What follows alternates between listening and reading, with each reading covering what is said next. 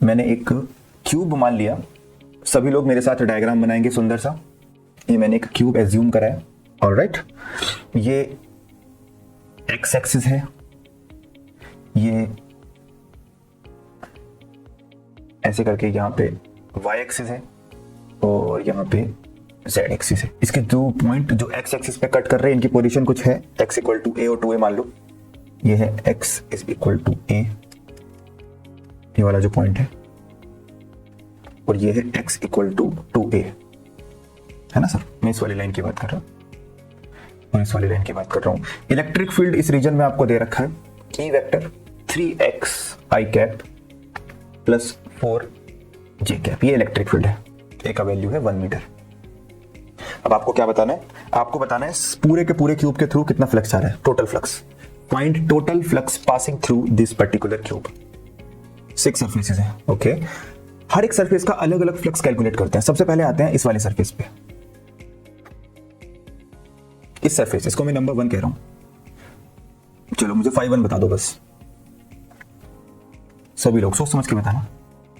-EA cos 180, alright. अच्छा, electric field, हाँ ठीक है, इलेक्ट्रिक फील्ड किस डायरेक्शन में है तो आपको समझ में आ रहा होगा sir, electric field x direction में भी है और वाई डायरेक्शन में भी है। अगर मैं इसका सरफेस आपको बना के बताऊं तो इलेक्ट्रिक फील्ड एक्स और वाई दोनों डायरेक्शन में है। इलेक्ट्रिक फील्ड इस तरफ भी है और इलेक्ट्रिक फील्ड इस तरफ भी है। इस तरफ कितना है 3x, और x का वैल्यू कितना है यहाँ पे a मतलब 1, तो यहाँ पे है 3, है ना। और इस तरफ कितना है, ये तो कांस्टेंट है 4। ये क्या है, ये हमारा इलेक्ट्रिक फील्ड है, x की तरफ 3, y की तरफ 4। इसका एरिया वेक्टर इधर की तरफ, इस तरफ होना चाहिए, आउटवर्ड होता है एरिया वेक्टर इधर। चलो मुझे सिंपल सी बात बताओ, अगर मैं इसकी बात कर रहा हूं तो 3 की वजह से फ्लक्स बनेगा कि 4 की वजह से फ्लक्स बनेगा? 3 की वजह से। 4 तो पैरेलल चला गया तो उसको कोई फ्लक्स नहीं है। और एरिया और इलेक्ट्रिक फील्ड के बीच में 180 डिग्री एंगल है, तो मतलब क्या करेंगे आप लिखेंगे 3a cos 180। एरिया कितना है बेटा इसका, 1 into 1, क्योंकि क्यूब है, सारी साइड 1 है इसकी, तो 1 हो जाएगा, तो आ जाएगा -3। आगे चलो, अब मुझे इस वाली सरफेस का फ्लक्स बताओ, दिस वन, नंबर 2। सभी लोग, ये है नंबर 1, सरफेस नंबर 2 का फ्लक्स बताओ। +3, देख लो, +6, क्या बात है। 3 वालों ने क्या गलती करी, 3 वालों ने क्या गलती करी, x का वैल्यू 2a है ना, x का वैल्यू बदल रहा है, तो यहां पे थोड़ा बहुत ध्यान देना है कि जो इलेक्ट्रिक फील्ड है x वाला वो तो वेरिएबल है, वो x पे डिपेंड करता है, तो x का वैल्यू 2 है यहां पे, तो यहां पे x डायरेक्शन का इलेक्ट्रिक फील्ड कितना हो जाएगा 6, और y डायरेक्शन का कितना हो जाएगा, y का तो सेम है 4 रहेगा, और एरिया वेक्टर इसका इस तरफ है भाई, इसका एरिया वेक्टर तो यही होता है ना, आउटवर्ड, ऑलराइट। तो आपका जो फ्लक्स आएगा वो कितना हो जाएगा 6a cos 0, a का वैल्यू 1 है तो 6 आ जाएगा, वो भी प्लस में, +6 वेबर। ओके सर, इसका आया -3, इसका आया +6। अच्छा, अब मुझे काम करते हैं, आप मुझे नीचे वाली सरफेस का बता दो। अच्छा, इसका जो नीचे वाली सरफेस है ना, ये वाली, अरे जल्दबाजी मत करो, आराम से, टेक योर टाइम, कोई जल्दबाजी नहीं है, सोच समझ के। इसका एरिया वेक्टर किधर होगा, नीचे की तरफ होगा ना। ओके, एरिया वेक्टर नीचे की तरफ है। अच्छा, इलेक्ट्रिक फील्ड आपने कहा सर x में भी होता है, y में भी होता है, x में भी होता है, y में भी होता है, बट x वाला जो भी इलेक्ट्रिक फील्ड होगा वो तो उसके पैरेलल है ना, उसका कोई फ्लक्स नहीं होगा। फ्लक्स किसका होगा, y वाले का होगा। y कितना है 4, x वाले का नो फ्लक्स, तो ex वैसे तो वेरिएबल है बट फर्क नहीं पड़ता इससे। ये 4, ये हुआ 1, तो आपका जो फ्लक्स आया, इसको 5, इसको 2 कह रहे हैं, इसको यहाँ वाले को 1 कह रहे थे और इसको 3 कहते हैं, कितना आ जाएगा, ये आएगा -4 वेबर। All good. चलो जी, अब आप एक काम करो, अब मुझे आप ऊपर वाले का बता दो, इसका,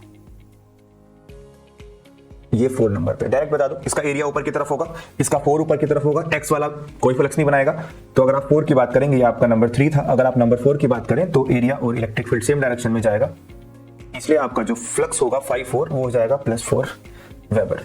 किसी को कोई दिक्कत? अब कौन कौन सी सरफेसेस बच चुकी है बेटा, एक तो सामने वाली सरफेस बची है और एक पीछे वाली सरफेस बची है, तो सामने वाली सरफेस पे बताने जरा, फ्रंट फेस पे बताओ,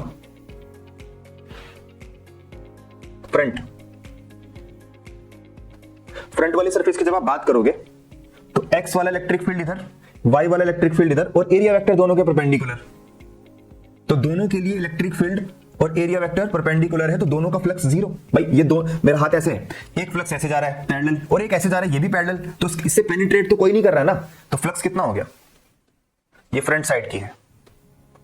उसी तरीके से बैक साइड की बात करो तो बैक साइड में भी एरिया अंदर की तरफ हो जाएगा, और ये इलेक्ट्रिक फील्ड एक्स वाई में तो उसका भी बैक साइड का भी जीरो हो जाएगा।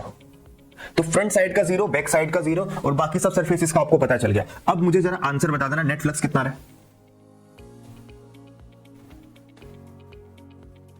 आपने कहा ये है -3, इसका था +6 और इसका था +4, एक का था -4, इसने इसको मार दिया, आया +3 वेबर। समझ रहे हो? तो क्वेश्चन को एकदम से देख के आंसर नहीं मारना, यहां पे वेरिएबल इलेक्ट्रिक फील्ड था, जितना फ्लक्स एंट्री कर रहा है उतना एग्जिट नहीं कर रहा, दोनों में कोई ना कोई डिफरेंस है, तभी +3 है। तभी धीरे धीरे इलेक्ट्रिक फील्ड बढ़ता जा रहा है, जैसे जैसे x बढ़ रहा है इलेक्ट्रिक फील्ड बढ़ रहा है, मतलब कोई ना कोई चार्ज होगा जो क्वेश्चन में दिखा नहीं रखा। समझ रहे हो मेरी बात? कैसे करते हैं ऐसा क्वेश्चन? रुको रुको रुको रुको, देख लिया पूरा वीडियो? सब समझ आया? नहीं आया तो कमेंट्स में लिखो कि नहीं समझ आया, और क्या समझ नहीं आया वो बताओ, और अगर समझ में आ गया है तो भी कमेंट्स में लिखो। क्या लिखना है? थैंक यू सर, समझ आ गया है, ताकि मैं अगली वीडियो जल्दी से जल्दी डालूँ। ओके, चलो फिर मिलते हैं, बाय बाय, टेक केयर।